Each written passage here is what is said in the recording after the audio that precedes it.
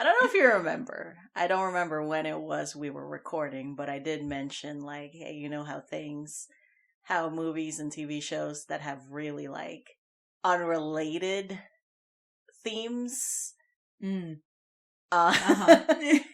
sometimes end up really good. Mm-hmm. Like Kingdom, which is a Korean historical fiction, but also zombie apocalypse, and Hamilton, which is a musical, but also historical. Yeah. I do have to still see Kingdom. Oh, so good. I mean, like, it's a good time to jump into it because the whole world is waiting for season 3. Oh, cool. Where do you watch it? Netflix. Oh, nice. Okay. But I've sort of prepared a table here of genres. Okay. I would like you to roll this dice a few times. Hopefully it ends up being something that hasn't already been done before, or we could roll a few times. But I was thinking we could, like, have an original idea, like, be birthed right now. Okay, let me get something soft to roll on. Okay. So it doesn't sound... I also figured it would be good ASMR. Who doesn't like the roll of dice? Okay, ready? And if you don't, what are you doing here? I know, right? Okay, here we go. 6. A 6 would be sci-fi. Mm-hmm. Oh, roll it 3 times, by the way. Okay. Sci-fi. 2. A 2, a superhero movie. Which is fine for now. And a 7. And a 7. What do I have for 7? That was actually a pretty good set of rules, all things considered. And as a heist. Well, okay, so the first one was the genre, and then the topic is superhero, and then the style we're going to make it in is heist. So, first of all, has that been done before? Okay, so I will say no, but there's something in existence that's close. Guardians of the Galaxy is solidly a sci-fi-esque superhero movie. It's pretty heisty. They steal stuff. They do. I mean, it starts with thieving. So, first a child and then actual thieving of objects. But then also I thought we've already also seen a superhero heist movie, which was just Ant-Man. Oh, true. So basically either Ant-Man with more sci-fi or a heavier or more heist Guardians of the Galaxy, which is very interesting. Or you could just combine the two. Ant-Man in space. Ant-Man in space. I feel like the dice was being too nice to us. I'll try again. We'll do one more. 5. All right. Our genre is a thriller. Oh. 8. The topic is history. Oh boy. Okay. 3. Oh man, you just missed porn. I'm so upset. Historical porno. What a movie. I mean, you could just straight up pick porn if you want. But the 3 is animation. Here's the thing. I have an idea that would actually work for both of these. Have you done this? This is what's wild about this. Do you remember the infamous King George with the many wives? Yeah. Go on. You tell that story from the wives' perspective. That's where you get the thriller element. And then obviously because he's a horny bastard, this very easily becomes a porn. You just have them fucking.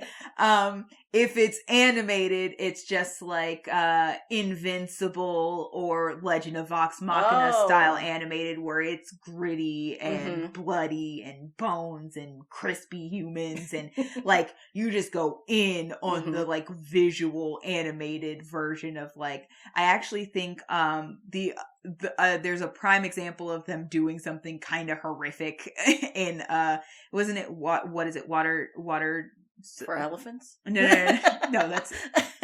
that's live action. It's the Rabbit movie, where it's like the whole movie itself isn't like horrific. Oh my god, I know what you're talking about. The like, scene, you know, the scene. Also, the name is Watership Down. Watership Down. Thank you. Okay, yes. So you know how like that vision scene is like horrifying. That. It's either that where it's like, it's cute and it shouldn't be this scary. And so you've done a very cute style and you've made it terrifying. Right. Because these like wives are dealing with the looming fear of like being destitute because they've been divorced, or fully being beheaded and killed and like dealing with this. But or you just go full, like, we know this is gritty and dark, and we're gonna play into that. So you give them a full, like, invincible. That's one of the first things I thought of. The other thing that you can do is, and this one would not work for a porn, you just do a Holocaust film. Oh, that's a thriller. Like, an animated Diary of Anne Frank, my God. or guaranteed tears. Yeah, it's not. This is terrible. Honestly, there is a lot of ways that you could do this and have it be super fucked up to have an animated movie of this. You could also do honestly any war. Like, you don't even have to specifically be focused on the Holocaust part, like Germany, World War II. You could just have a thriller set in World War II that happens to be animated.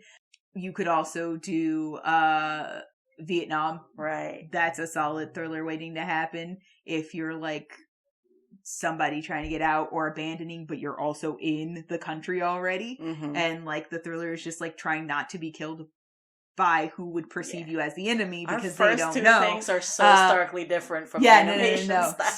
super different. But it can be done. Like, we've seen anime go kind of horrific before, so it can absolutely be done. The problem is, like, you've seen The Goblin King. I haven't. Yeah. You mean Goblin Slayer? Oh, that's the one. Yeah. Yes. Yeah. It is. You can also very easily, like, because it's in animation, that could be full anime, which obviously is ripe for going thriller. Or that could be what is westernized animation style, and I've still seen that go like gritty and I'm gonna have to ask Banda if this already exists in anime.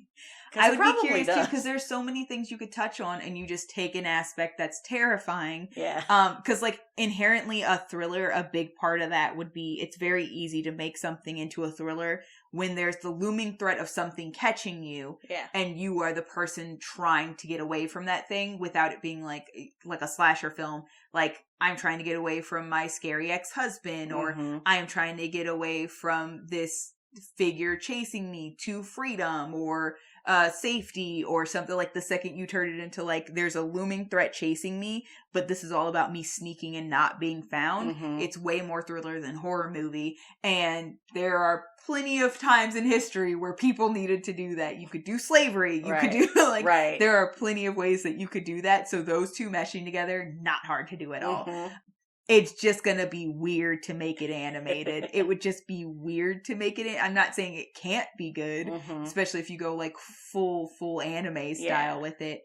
I'm just saying it's a weird choice. Yeah, when I first typed out animation, all I pictured was Pixar, but like, there's different types of animation. Quite a few different types of animation. Could you imagine like a Pixar style, but like, and Pixar's like, we're trying something new. It's like, don't. That would really like, American children would be fucked up. Yeah. We're gonna go see the new Pixar film. This was not for children. This was not for children. Anyway. Well, I figured we could like make the new blockbuster movie here in this room. But I mean, theoretically, the Oscars would eat this shit up. Let's be honest. Would the general public want this? No, not at all. No one wants this. But the Oscars would probably, it would be some already artsy-fartsy bullshit. The Oscars would be like, yes, the juxtaposition of... I love when we create things on this podcast that we hate. Yeah. Like, well, no, we didn't hate last week's. It was just very off the wall. Yeah, it was... Other people probably hated last week's. I didn't mind last week's. I'm proud of what we did. We made no sins. So, like, truly a good time all around. May I pitch one more thing? Yeah. I'm just gonna pick from the list. Okay. The dice wouldn't work with me. All right. Oh, what feels fun? Let's go rom-com. Is our genre. Our topic would be disaster film. Okay. And then let's do it in the style of musical. Okay. So let's pick a disaster first, I guess. yes. Okay, we could go natural: earthquakes, volcanoes, tsunami, hurricane. What other disasters are there? Meteor shower. Or not shower. Those things are nice and beautiful, and you should go see them. No, meteor impact. I'm trying to think what part of me is like earthquake would be interesting. Because I have this visual of like this scene where they're both on either sides of the giant crack in the earth singing at each other over the distance. I don't know the full premise of this movie, but that was a thought that came to my mind. The title of the song is "It's a Metaphor." Yeah, the song is all about being so close and so far, like the wedge between them. I don't know, man. Anyway, the thing is, this is wild because most disaster movies do have romance, but obviously they play them less comedic. So like you do actually have a couple of things to pick on. Like I immediately, one of the first things that came to mind was just like a funnier Armageddon. Like the dad's not the main focus, it's actually Liv Tyler. Yeah. What is it, Ben Affleck? Yeah, the romance. Because here's the other thing, the scene where he finds out they're together and he's chasing him around the ring is arguably funny. Yeah, like, it is actually funny. And the soundtrack to Armageddon is good. Is absolutely good. There is also already a scene where like as they're leaving, Ben Affleck flat out does in fact start singing. So you just play up on like, we've already had singing moments and we've already had comedy, and you just change the focal point of this movie to this couple, and you could actually make that work as a rom-com. Armageddon Plus, okay, I'm into Armageddon the musical. Damn. That was good. That's a Thank you. Nice deep cut. I don't know why I have the ability to do this. It's a mess. No, it's a skill. But yeah, so like the thing I was thinking is like also one of those things is like when they're obviously you would have to have the song continue into space, and then you'd have her singing from the earth and him from space.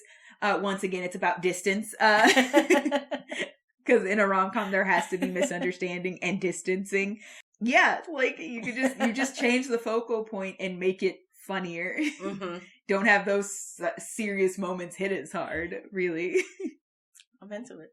Less character death, also. Hollywood would also like this. Hollywood would make this. If you pitched me a disaster movie musical, I'd be 100% in. The thing that really throws it off in this one is actually the rom-com, because you could do a rom-com musical, you could do a disaster, and I think you could make musical work for that too. But all three together is weird. I like it. It might just be weird enough. Weird enough to work. Oh, because the other thing is, you mentioned a zombie apocalypse, which is technically a disaster. Some sort of virus outbreak that turns people into zombies is technically zombie movies are considered their own genre, somewhere between horror and disaster flick. But a zombie apocalypse is still an apocalypse, which is technically underneath the umbrella of disaster movie. There is already a zombie rom-com. Yes, I was just about to bring that up. It's literally just Warm Bodies, but a musical. Which isn't that far of a step. It's good, because Warm Bodies is basically just zombie Romeo and Juliet with a better ending. So you just turn that into a musical. Yeah. And it actually sounds like a good time. Right? They were already so close. I think Warm Bodies is another one of those things that was ahead of its time, because it is zombie apocalypse rom-com, where one of the people in this comedy, in the romantic duo, is a zombie. Yeah. So like, oof, it's good. Yeah. Oh my god, could you imagine the songs? They would have great songs. It would actually be really, really good. There's got to be like a good, scary, tense song. Yeah, and then there with would those be like ones a that went too far. number. Because there's like Like a thriller? Yes! Like a full thriller. Yes! Oh god, it would be good. I would love for it to be one of those musicals that's like, we're taking music that already exists and putting it in this context. Because like, just a zombies doing thriller. Yeah. I think those are called jukebox musicals.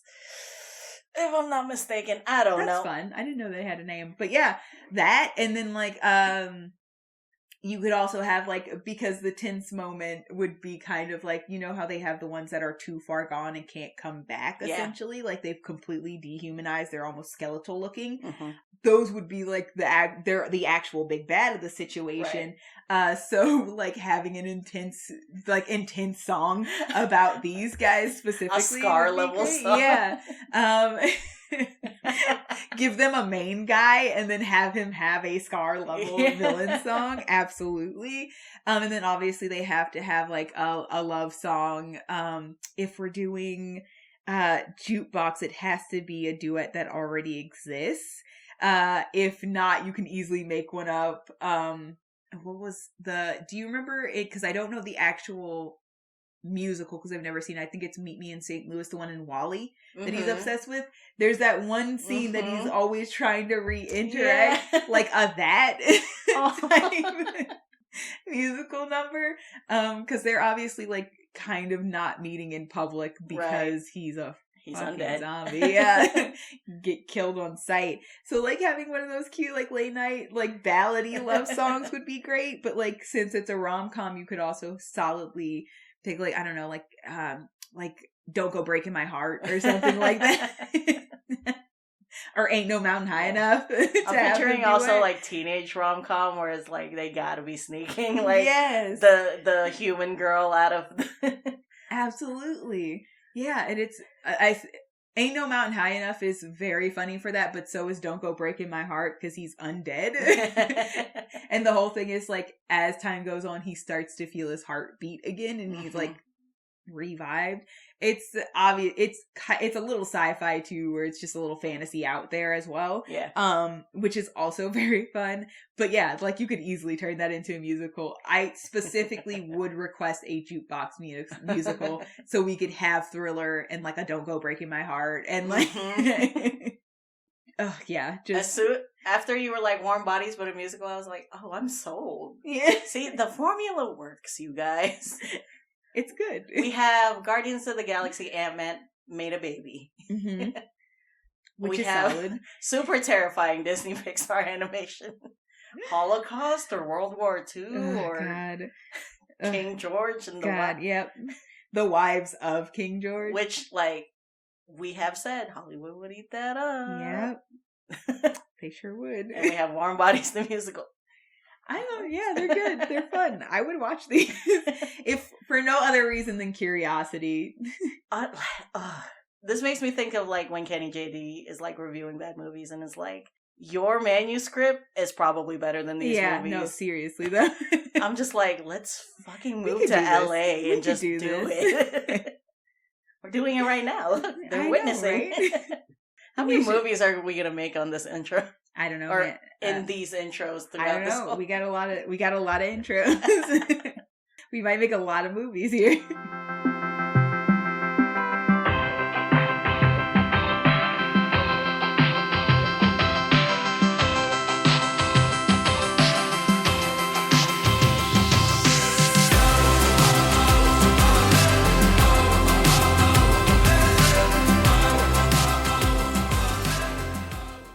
This intro was so much more tame than last week's, though. If you haven't go listen to last week. Than last week's, which is crazy to think about. You've caught us in the middle of April, Oreo's indulgent month, because it's her birthday. Yeah.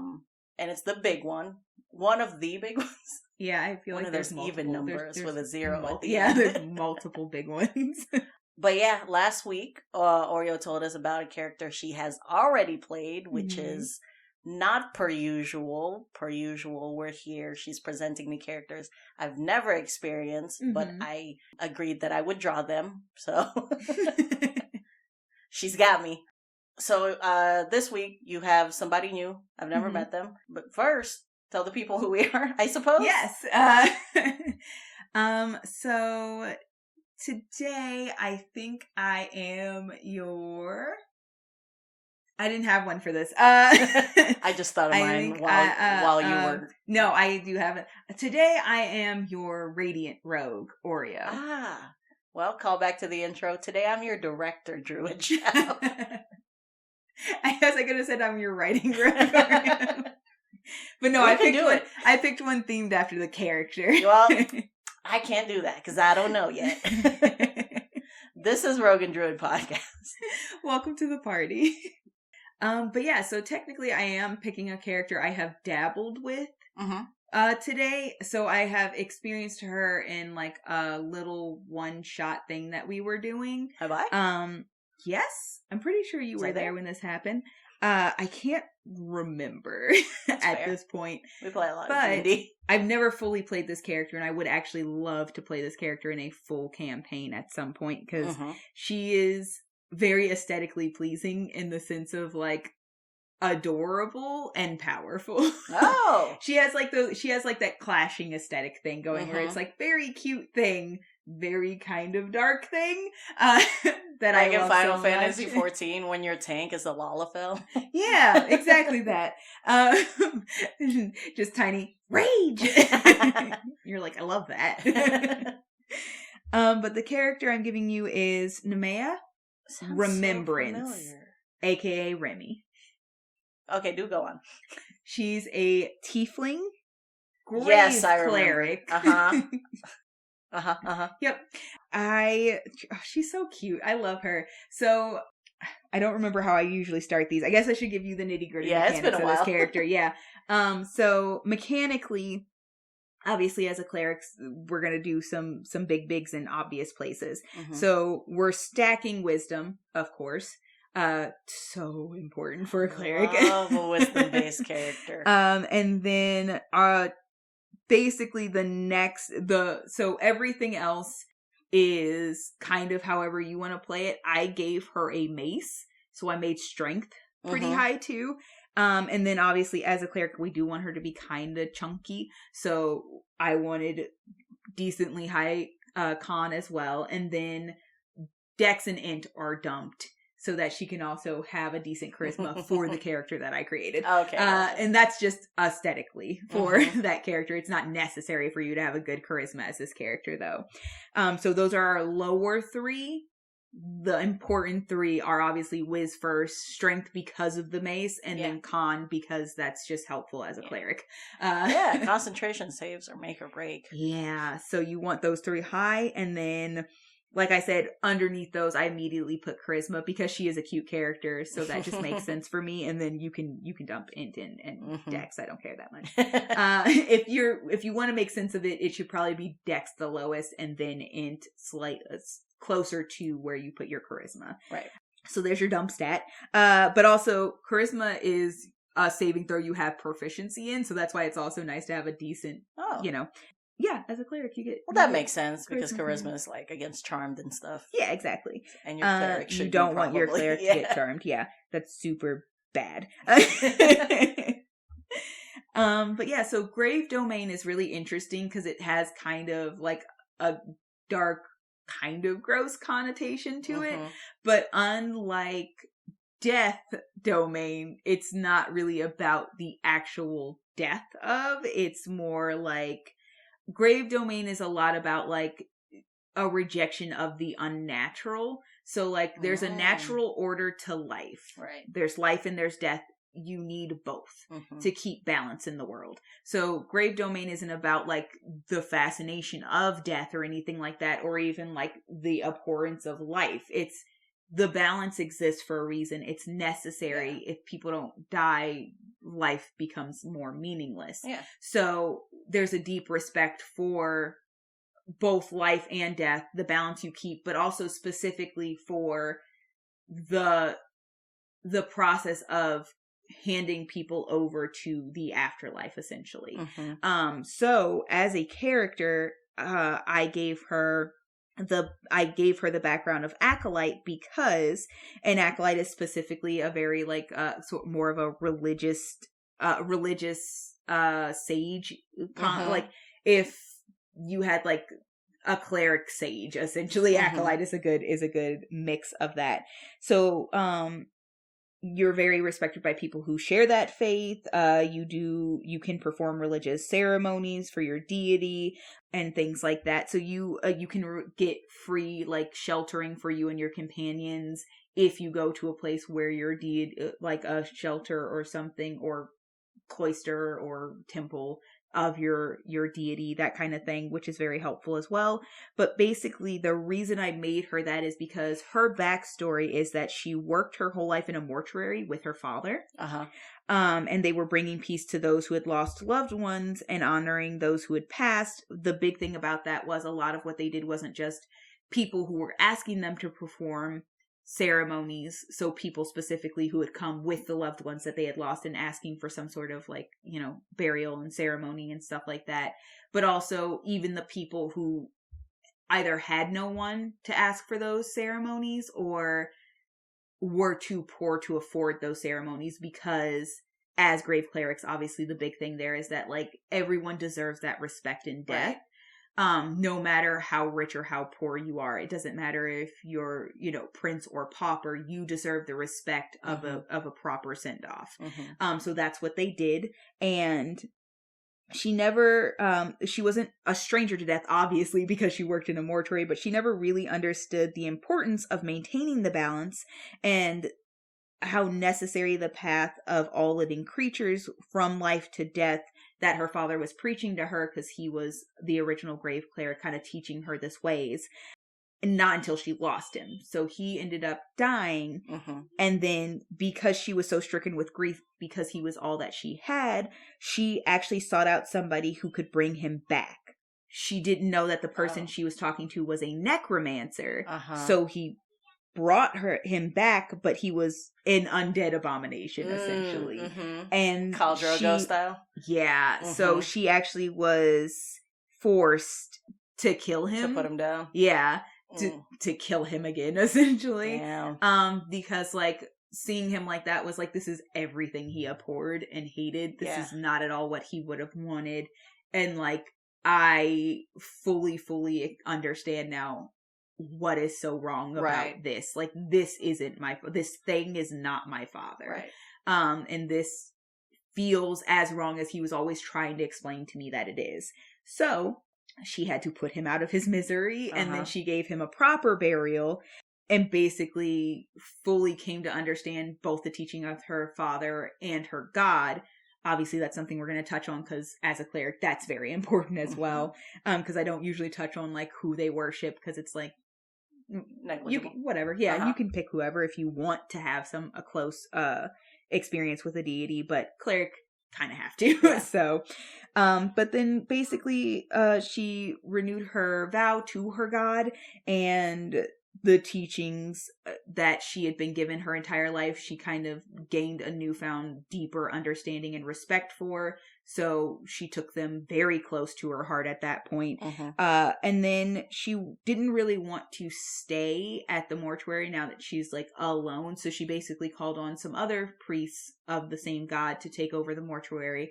And she went off and she decided the way she would best suit the world, instead of just helping the passing into the afterlife phase, was trying to also prevent, in the way that I think for her the big thing is, I wished I could, for my father, prevent people from getting to that point, which is how she becomes a cleric and starts going out adventuring. She's basically looking for a party in need of a healer, somebody to keep them safe and help keep them alive. Because it's like, when you die, that is what it is supposed to be. I understand that. I don't want anybody to get there sooner than they have to. So basically, it's just, I'm here to keep people alive as best that I can. And if somebody should happen to die, give them the proper send-off that they deserve. I'm just now thinking, like, how much we were talking about warm bodies and zombie apocalypse. Yeah. And I know, like, this probably isn't the vibe you're going for, but immediately I'm just picturing, like, badass zombie hunter.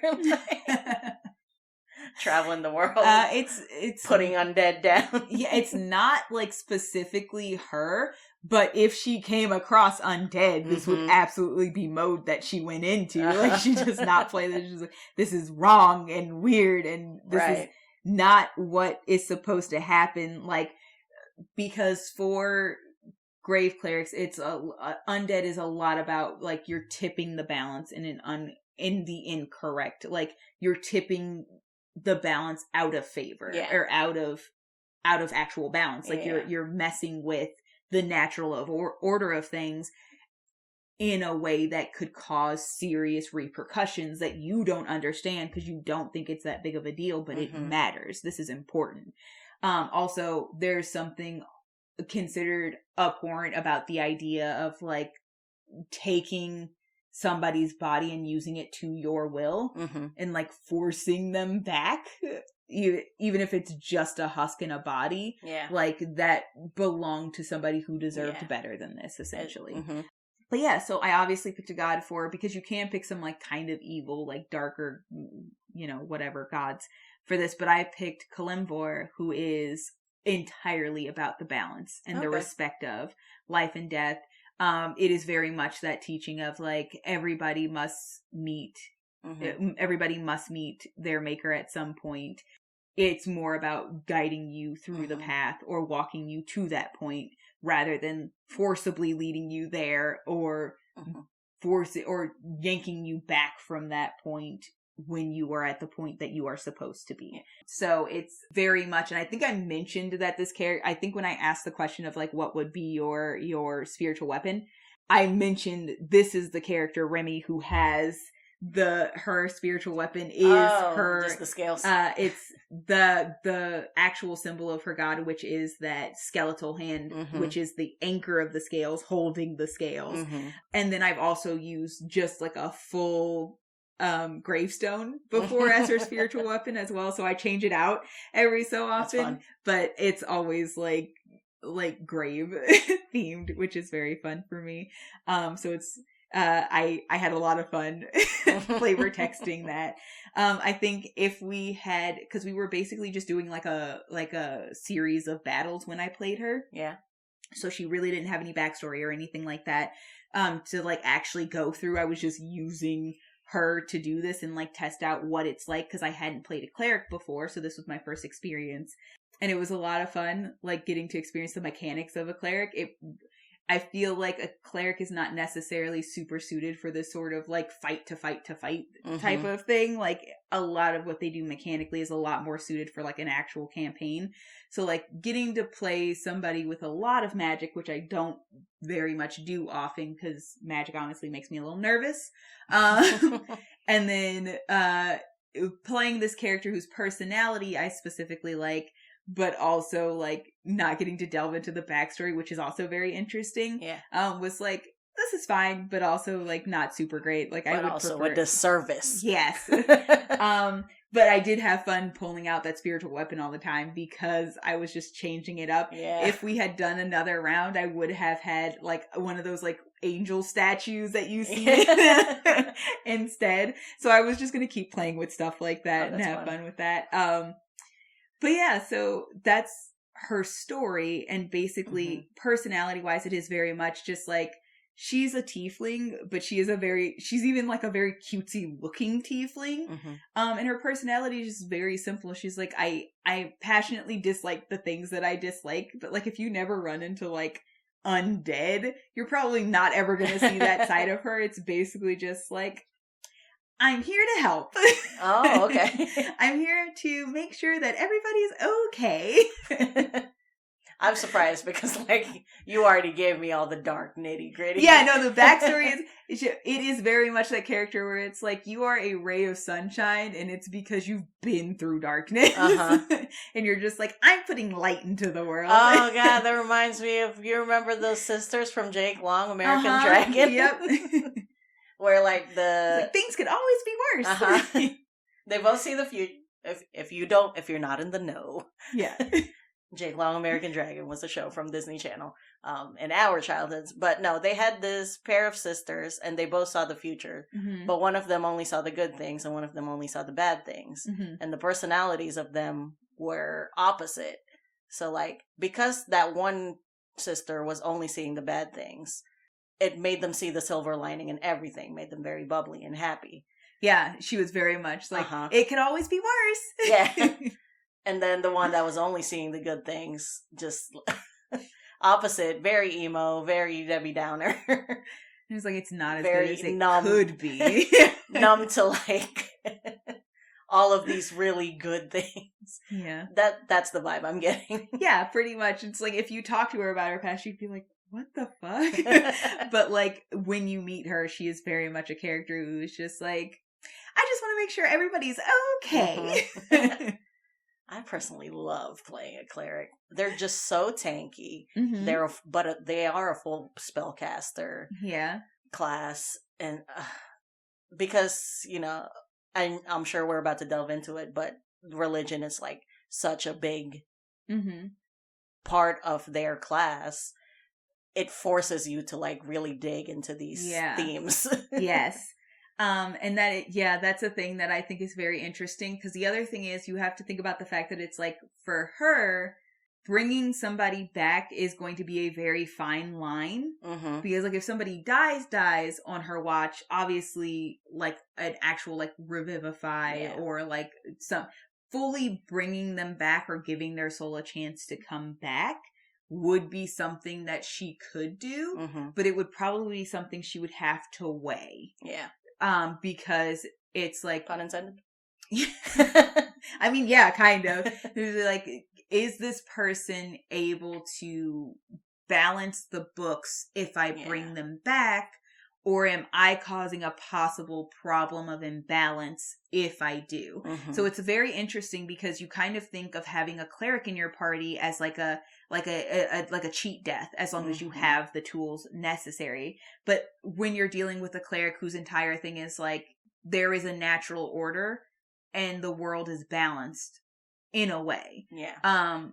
It's not that simple. Yeah. If you're playing the character and you're truly delving into like what this character would believe and what led them to their religion and things like that, you have to also acknowledge that it's not gonna be that simple. It's not gonna be as easy as spin the diamond, bring the person back. There is going to have to be like a question or a wait, and with things like Revivify, you don't have that much time to make that decision. So it would be very interesting to play this character in this party. You would need people who are okay with the idea that like maybe your cleric doesn't do things like Revivify, doesn't bring you back to life if you die, but will heal you if you're on the brink of death and prevent you from dying. But if your soul leaves your body and goes off to the afterlife, they might not bring you back from that. They might not give you the chance to come back from that, which is very interesting to consider. There's several spells that bring people back to life in D&D, some of which are consensual, where if the soul wants to come back, they can. But if they don't, then that's it. Yeah. Like, I think Revivify. Revivify and I'm trying to think of the other one. I thought of Revivify, and then I could not think of any of the other bring them back to life spells. We have True Resurrection. Yes, Resurrection, that's what it is. There's Resurrection, and I think there's True Resurrection. Yeah. But yeah, so like that's also a different way that she could like deal with these ideas, because if she could be like, well, this, or like part of her development could be down the line she learns like there are these spells that force them to come back, and that's not okay. But like if they have a choice, then maybe it's okay. This is what they want. I give them the choice. Yeah.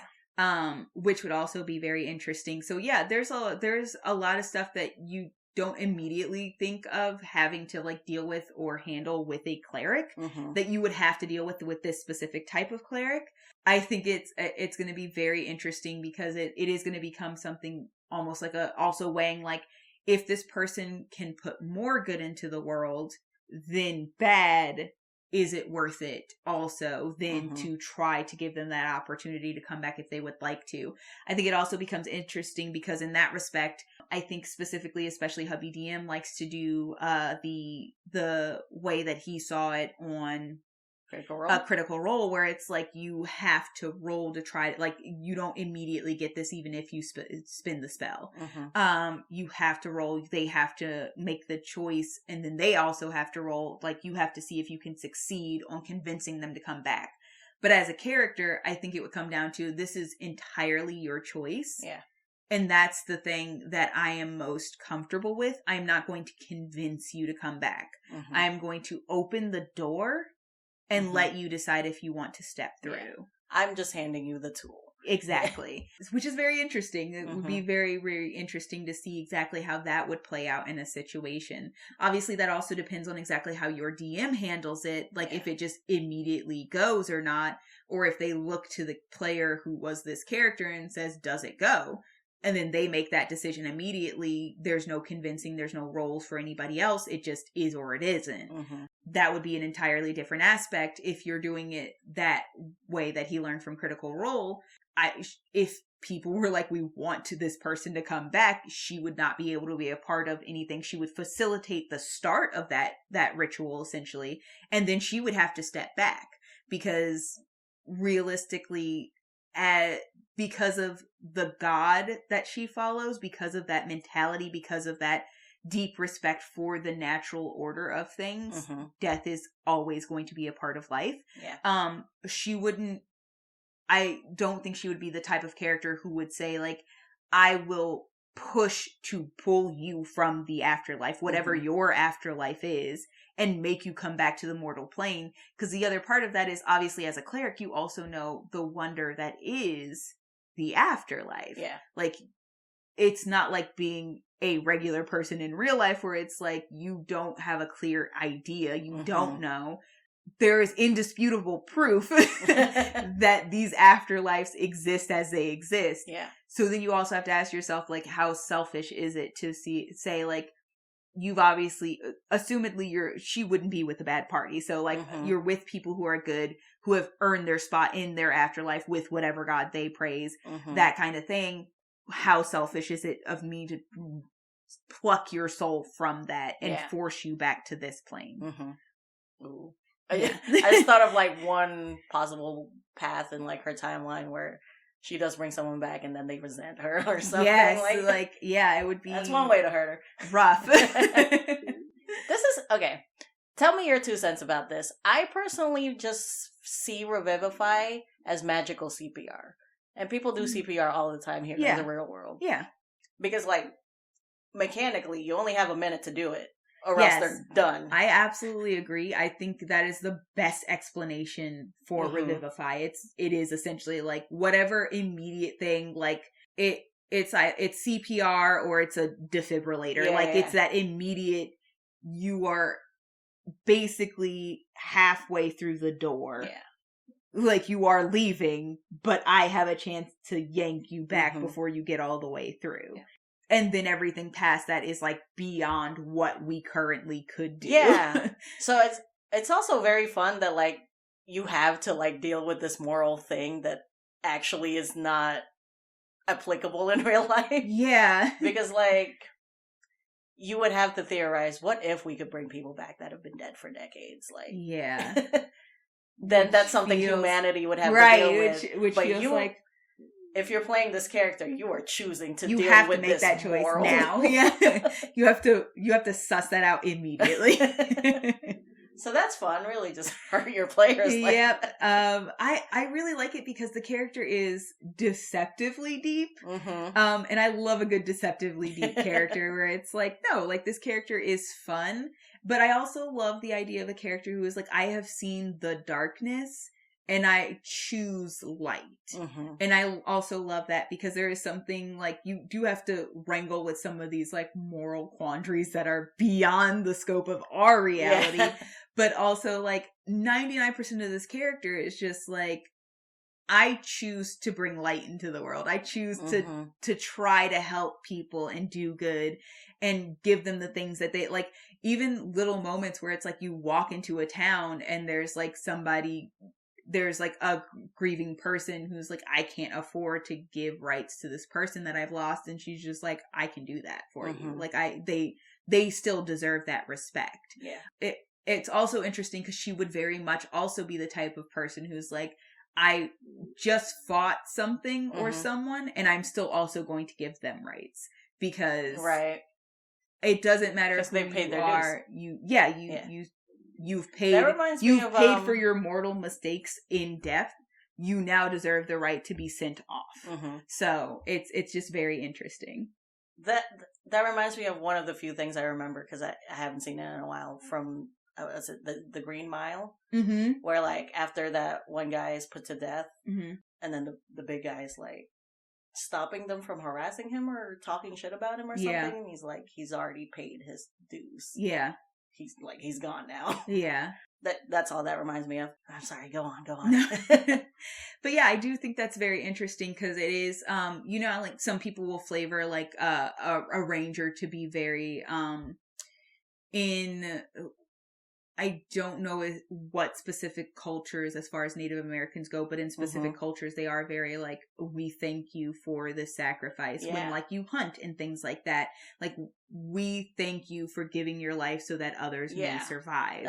That very direct, like we acknowledge this is the circle of life. Yeah, we acknowledge that you have given your life so that we have sustenance. And then also we make the effort to use every part of you so no part of you goes wasted. Yeah. And a lot of people love to flavor a good ranger like that as well. I also think this is the type of character that it would be very interesting to also see a cleric who's not like nature domain also have the knowledge to give that respect as well. Right. And be grateful and not want to see like, if you're fighting a creature, like I don't have the necessity for suffering. An end is necessary because of whatever evil you bring into this world or whatever you're doing or harm you're trying to cause. But it's not necessary for you to suffer for that end as swiftly and as cleanly as we can, essentially. And that's also very interesting. So there's a surprising amount of depth to the religion of this character, which I also enjoy. Hear me out. What about a mechanic because ultimately the vision I had in my head was like, what if she chokes and she doesn't cast Revivify in time? So, like, maybe a mechanic of, like, do a wisdom save or whatever for you to actually decide if you can cast the spell. I think that would be very, I think it would be really interesting in the context of, like, the larger restoration or, I almost said resuscitation spells, but that's not what that is. Resurrection spells. Because those are the bigger, more death has been finalized moments. Because I think like a Revivify would be like a panicked, I have to get this done as quickly as possible.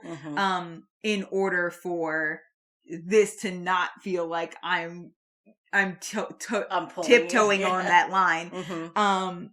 Whereas like once you're at the point of like an actual restoration or I keep saying restoration, resurrection,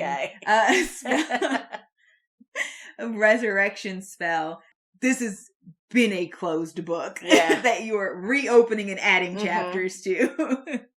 I need you to tell me what she looks like. Yep. So we touched on a lot of the different moral. We literally jumped from backstory to moral quandaries immediately, which is not our usual order. We were doing good for a minute there. So in line with this very adorable character, she is a pink tiefling. Not expecting. See, this is why. Because of how you presented her, I was like, she's actually a happy person? Yeah, no. She, like I said, absolutely deceptive all the way down. Pink skin, got you. Yeah, so she is. What kind of pink we talking? Cherry blossom pink? Hot fuchsia? No, not hot fuchsia. Like a nice, soft cherry blossom pastel pink. Okay. Just a sweet, soft pink. The kind you would see on a pastry. She has lilac hair. The vibe is changing. Yeah, no, I know. You were giving me, in like my theater of the mind whiplash. That's what you're giving me. It is wavy and cut into a bob. With bangs. A bob with bangs. Oh, cute. Yes. She's very cute. You should have led with this. I like the Whiplash as a character. Big Lalafell honestly. energy right now. I'm just Yes. saying. And then the only thing, like, I even gave her like adorable horns. Mm-hmm. So they're like the little demon horns, but they're like the small, just like the stubby ones. the stubby demon horns. Like Aerie from My Hero. Just a little one. Stubby horns. Go on. And then the only thing that's remotely off-putting is her eyes, which are completely red. Okay. Like no iris, no pupil. Nope. Full red. Just full red eyes. Okay. Yeah. I mean, we've already touched on this, but I have a soft spot for red-eyed rabbits. Yeah. So I'm not put off. She has kind of that energy, which would be off-putting for other people. Yes. And you're still like, yeah, but she's like cute though, right? Like, she's but I love this. Adorable. I didn't give her, so because she's not like a variant or anything, she doesn't have any of like the hoofed feet or the like, she does have, because I just like the idea of all tieflings having this, even though I think it's not technically written that they do. Freckles. The kind of sharp teeth. Yeah. A little vampire-esque energy. And then I put her in leathers for the sake of mobility. Yeah. And because I gave her shitty dex, I didn't want her to have negs to stealth. So I did that for mechanical purposes. I see. But the way she dresses is actually like, the image in my mind that immediately came to mind was like a bright peach dress with like leathers over. So like the leather corset and a little like leather apron, and then she wears like really tall brown boots to cover most of her leg, because the dress only comes to like mid thigh or above the knee, and then she wears high boots to cover the rest of the high leather brown boots to cover the rest. And then of course she has a tail because tiefling. It's gonna be a cute one, isn't it? She's adorable. Yeah, she's adorable. It's got like, so I did it like, it's got kind of like that devil look to it, but it's soft on the side, so it looks kind of like a heart. I knew it. So it's almost a classic tiefling tail, but cuter. I see now why you're like, oh, she's deceivingly gritty. Yeah, like, dark. She's adorable. Okay, I got you. With a very dark past. Yo, this drag's gonna be so fucking cute. And then of course I get like, pointy ears and because she has like how tall is she? How tall did I make her? She's kind of she's 5 foot flat. Okay. I mean, that's not that fucking short. She's taller than Chef, but not tall. I'm picturing her plumper than Chef, though. Yeah. That's in my head. Yeah. No. Chef is like very thin, which makes no sense for a chef, like for a character so in love with food. Yeah, she's like those competitive speedy. Yes. Like she can put it away, but you're also like, where did it all go?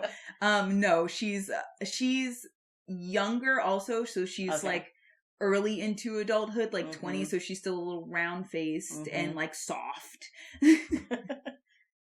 She looks soft. She's just so approachable. Yes. And then obviously because anytime you have a character with long ears, I like to give them ear jewelry. She is definitely like a silver cutesy cuff type person. So like if she had like an earring, it would have like a panda on the end of it or something like that. Like she loves cute things. You know, I'm just gonna put on my fucking notes here, just kawaii. Yeah, exactly that. Underline. Okay. I got the vibe. Yeah. It's in my pocket. Yep. I will run away with this. She's just adorable and dark. She is I wanted to make her this kawaii, because I also wanted to be so thrown when people are like, when they're like, oh, this girl's got to be like a life cleric or a nature, because there's something very cute in or peace domain, and she's just like grave cleric. I worked in a mortuary, and they're like, huh? So her nickname is Remy, you said? Mm-hmm. Which is from short. her last name. Yeah, for Remembrance. Because that's a big tiefling thing too, having what names race is her dad that died? Oh, I also had her dad be a tiefling. Oh, okay. So essentially what he ended up doing was, because a lot of times you'll see tieflings without like last names, and they basically end up just like fully renaming themselves. He kept his kind of demonic first name, like her first name is a classic tiefling name, and then he picked a last name that honored the thing he wanted to put out in the world, the virtue that he was living, which is remembering the dead. So she obviously kept the same last name, and then she was nicknamed based on her last name. Oh, that's adorable. Damn it. Yeah. Well, we've already explored on how to hurt her. Do we have a lesson here? Don't bring people back to life. I mean, do if they've only been dead for a minute. Yeah. I think the lesson is kind of just like, respect the balance. Yeah. It sucks. Absolutely grieve. Yeah, respect the dead. And that's one of the things I love the most about this character, is there is such a deep respect where it's like, I don't care who you were in life. You deserve the respect of you deserve to be respected in death. You don't deserve to be mocked or embarrassed or humiliated or degraded, especially if in life you were in a situation that was consistently degrading. You deserve as much respect as anybody else in death. Yeah. And that's such a beautiful thought. It's kind of annoying how, like, here in America, our, like, tabooness of, like, death, when there's other cultures that are just, like, celebrating it. Yes. And it makes it so beautiful and, like, not taboo, not, like, you don't feel guilty or, like, weird talking about it. Like, yeah, I think that's also the thing I do like, because this character is very much a delve into the ideas that we don't often get as Americans about death, the beauty of what comes next, the beauty of the process of this is just a part of life, the celebrate of who you were and the worth that you gave this world, and like just you as a person.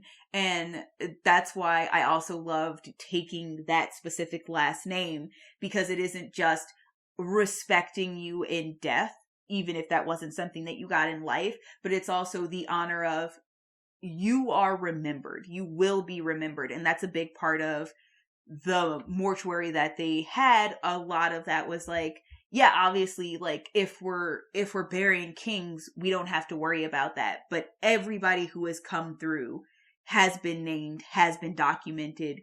History will remember you. Even if nobody alive currently does. We have taken your name. You will be remembered. You will be honored. You will be respected.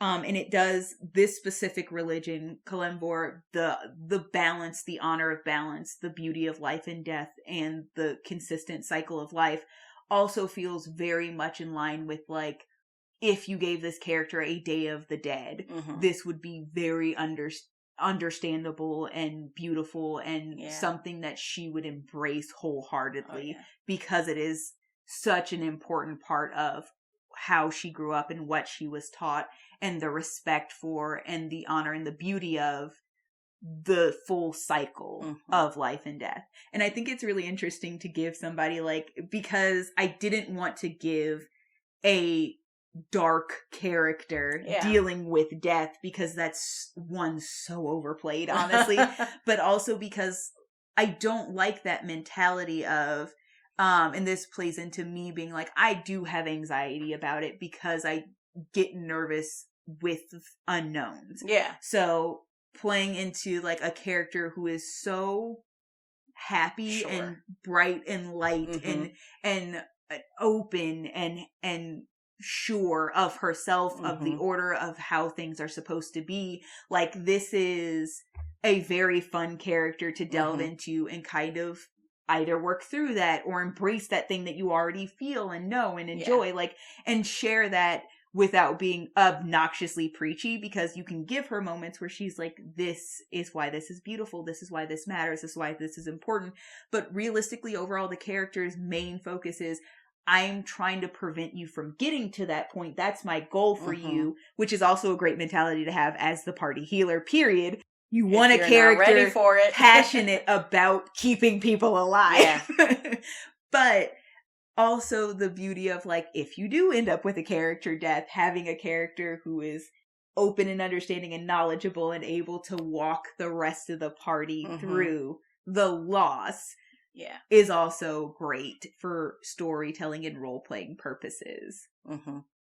So that I think on our spectrum it would be like towards the mid to more experienced players.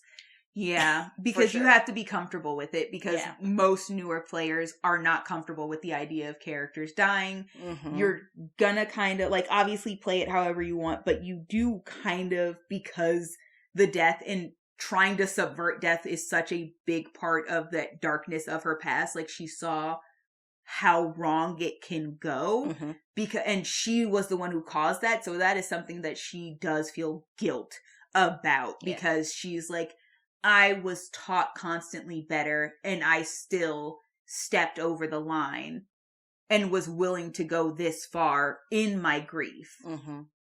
And now I also have to live with the fact that my last memory of you isn't the person that you were. Yeah. It's this thing I let somebody make you. Mm-hmm. This abomination, this twisted, dark, not you version of you that I then had to take out. So, like, it is going to be something that as a character you want to be cognizant of when you're working with healing and dealing with characters' deaths and things like that. So you definitely want to be a player who is, one, you definitely want an experienced DM who's not making light of situations when you hit the heavier notes. Yes. But you also want to be a player who is okay with, has experienced, or is at least open to and understands the idea of, like, if a character dies, this character might stay dead. Mm-hmm. We're not immediately going to just say, like, nope, we have to bring this character back no matter what. Like, hand me the diamonds. Yeah, like, we might have to work through a character death, and that's also okay. Mm-hmm. So I definitely would say intermediate to more experienced player would probably be best for this.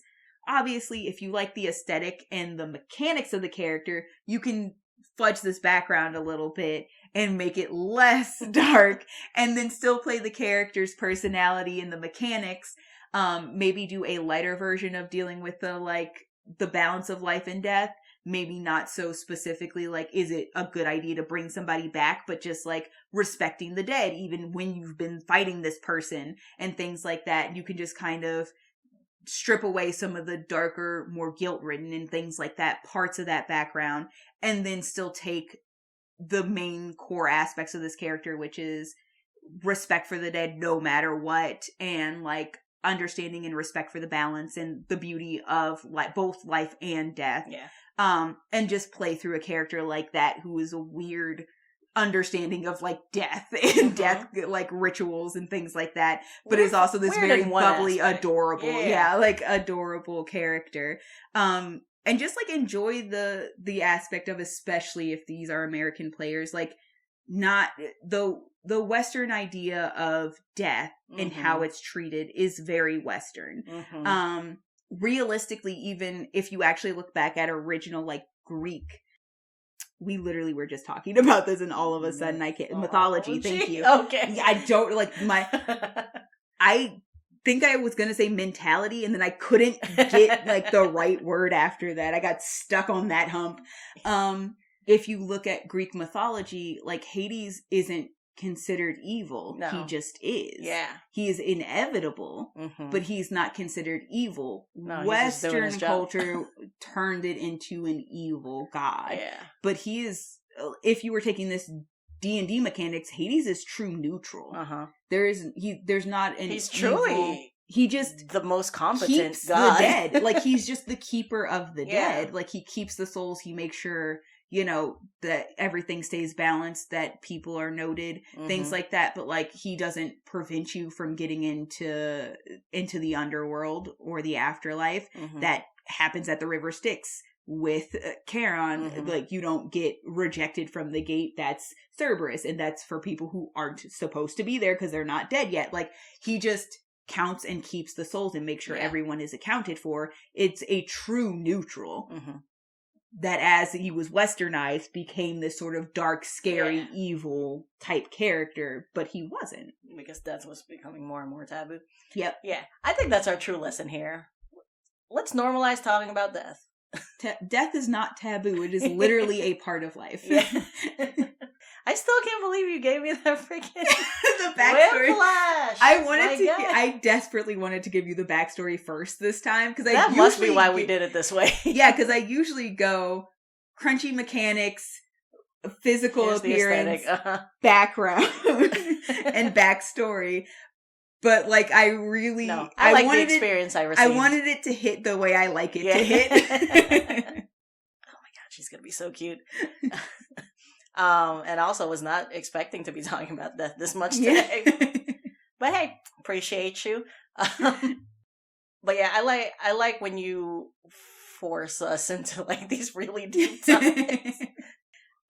So we've talked about this before, but for me, D&D is absolutely a form of therapy. Mm-hmm. So some of these characters, parallels. Like you'll see characters that are just happy and fun and interesting and cool. And like, even if they have a darker backstory, I'm not working through anything. It's just an interesting backstory I liked. Mm-hmm. And then you have characters like this, where it's like, this is a specific thing that I have fought with and needed to deal with. So we're going to work through some shit with this character. And I love, it's one of my favorite things about D&D, the aspects of like, you could have nothing under the surface and just be having a good time, or you could have everything under the surface. Or you could really like look inside yourself and deal with dig deep. Yes. Fucking trauma, man. Have you seen the IT Crowd? No. Oh, okay. There's one episode where they play D&D and like the black guy is DMing and the white guy had just gone through a breakup and he was like, hey, come play D&D. And like in the role play, he was like working out the breakup with his friend. And sometimes that's what D&D is. Yeah, sometimes working it be through like your that. shit. Sorry, I just spoiled that episode for you. No, but I love that. Because I've seen that show and I've like bounced it in and out of my queue, my list for Netflix. Like, oh, I really want to see this. I'm never going to end up watching this. Oh no, I really want to see this. I'm never going to end up watching this. Now I'm like, fun. I should watch this. I should watch this. It's a good time. I keep being back and forth of like, hey, Oreo, can I make a confession? I think I'll tell you anyway, just so maybe the party can hear it. Mm-hmm. I have down the line in my plans, I'm actively going to try to kill one of you guys. Okay. I won't say who. Out of curiosity, I do have to ask, like, our current campaign? Mm-hmm. Oh, cool. Yeah, I don't know. Here's the thing. Here's the absolutely wild thing. I feel like I've gotten to a point where I'm like, if I have a character die, one, I have enough in the back burner that I could find a character to fit in a situation. But also, this is fucked up. I'm so sorry, guys. It's okay. I'm so sorry, party, but I kind of want to see how everybody would react if my character died. I think we're getting to that point because, like we said last week, we played a whole 1 through 20 campaign. Mm-hmm. We were very satisfied. We loved how it worked. And I think we're ready for this new. I think we're ready. I think, so we've had a character death before. I don't think either the player or us mentally were in a place to handle a character death at that point. We talked about it. Mid-quarantine. We were not okay. We were just not okay. Yeah. And it was out of game shit that resulted to it. But like now we're back at the table. We're I think we're ready for it. And I'm not, I'm not gonna lie, I'm like, I don't, so I think I'm also in a place where it's like, there are certain characters, like, once their story has been fully played out, I'm okay to not see those, like, I think I will be done playing those characters. Like, I don't think I would ever pull River out of the bag again. Mm-hmm. Her story feels very complete. Once we finish the story with Amma, I think I will be okay to not pull Amma out of the bag again. Yeah. I think her story feels very complete, unless we're doing something fun and I'm just like, mechanically, I like playing Amma. Yeah, let's throw her in somewhere. If we're just doing a brawl. Right. Like we have. Mm-hmm. But like, I think specifically since we're talking about it and you're talking about it for your campaign, Zan, I do think she's a character that I'm like, I could pull her out of the bag again and see how different a story could be playing her, like, in a different campaign. I might even see what it would be like to play her as a different class. On top of that, like I love her backstory, so I'm not changing that, but I would play her as a different class too and see how that works out. You've already surprised yourself with a multi-class. Yeah, I know, because I don't usually multi-class. It scares me a little bit. But I dipped a toe in it finally. And then I also I've made other characters who also multi-class now. So like, ooh, I'm getting out last session notwithstanding, you're doing great. Yeah, no, last session sucked. But yeah, like I think for me, another part of it is it's like after last session, I don't know how we become okay. So like maybe it's okay if she dies. Oh, this would be such a bad time. But I honestly, I don't want her to die in this mentality. Like I would love for if it was like a death that meant something.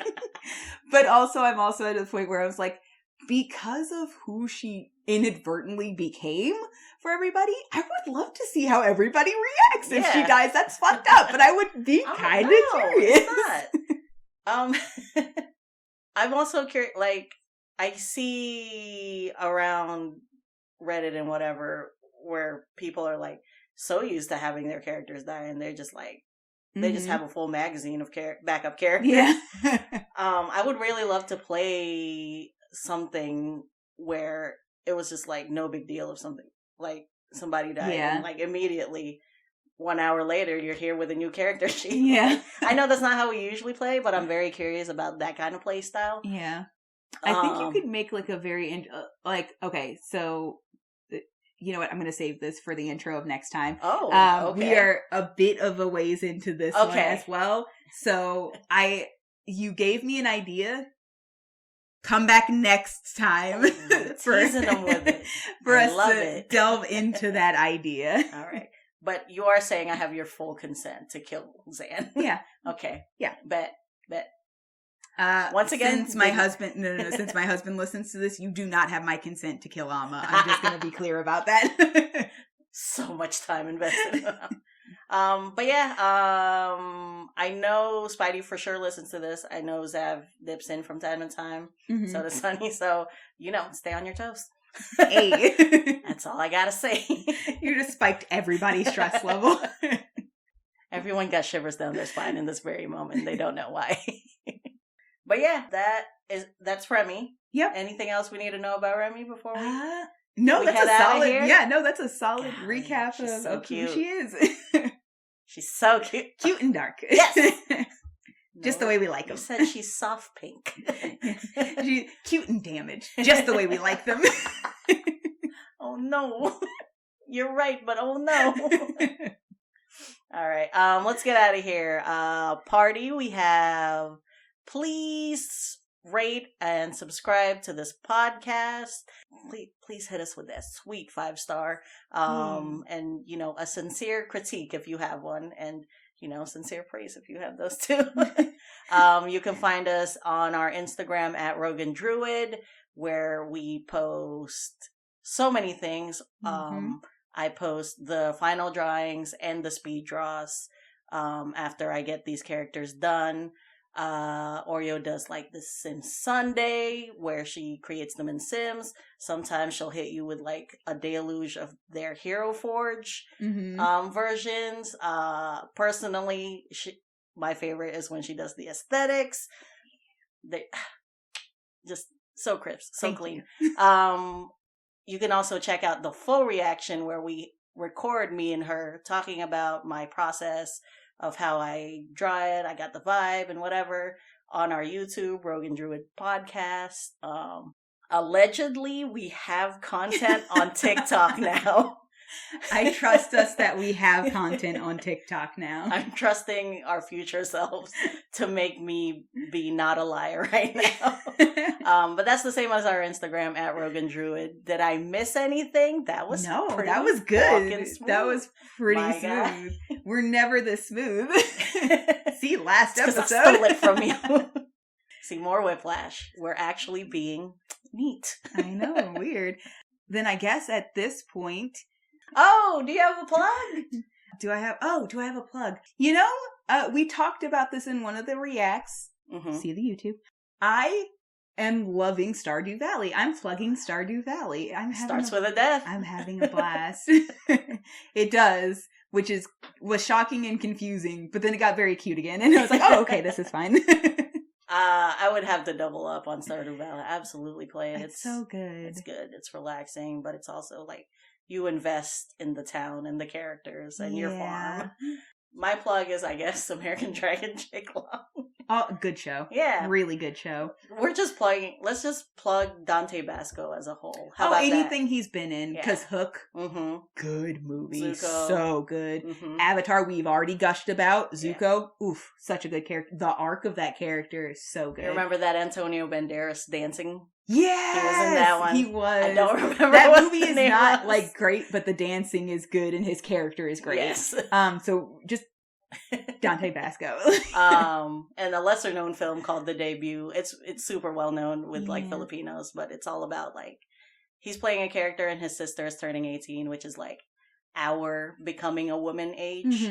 And so he has to like deal with all these things. Like, no, he doesn't want to become a doctor because he's Filipino American and has to deal with these like expectations from his Asian parents, and I want to see this movie now. It hits. But yeah, so those are our two plugs: Stardew Valley the game and Dante Basco the person, because he's amazing. That feels valid. It does. Yeah, okay, I like that. You take it this time. All right, so fuck Electro, fuck Paladins, fuck Andy Warhol.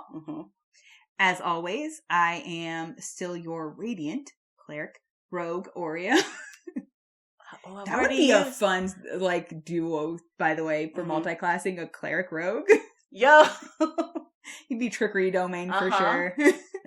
I've already used divine when I did the paladin, so I can't use divine again. And if you haven't heard me use divine, what are you doing? Go to the YouTube. I am your. I almost said dearly departed.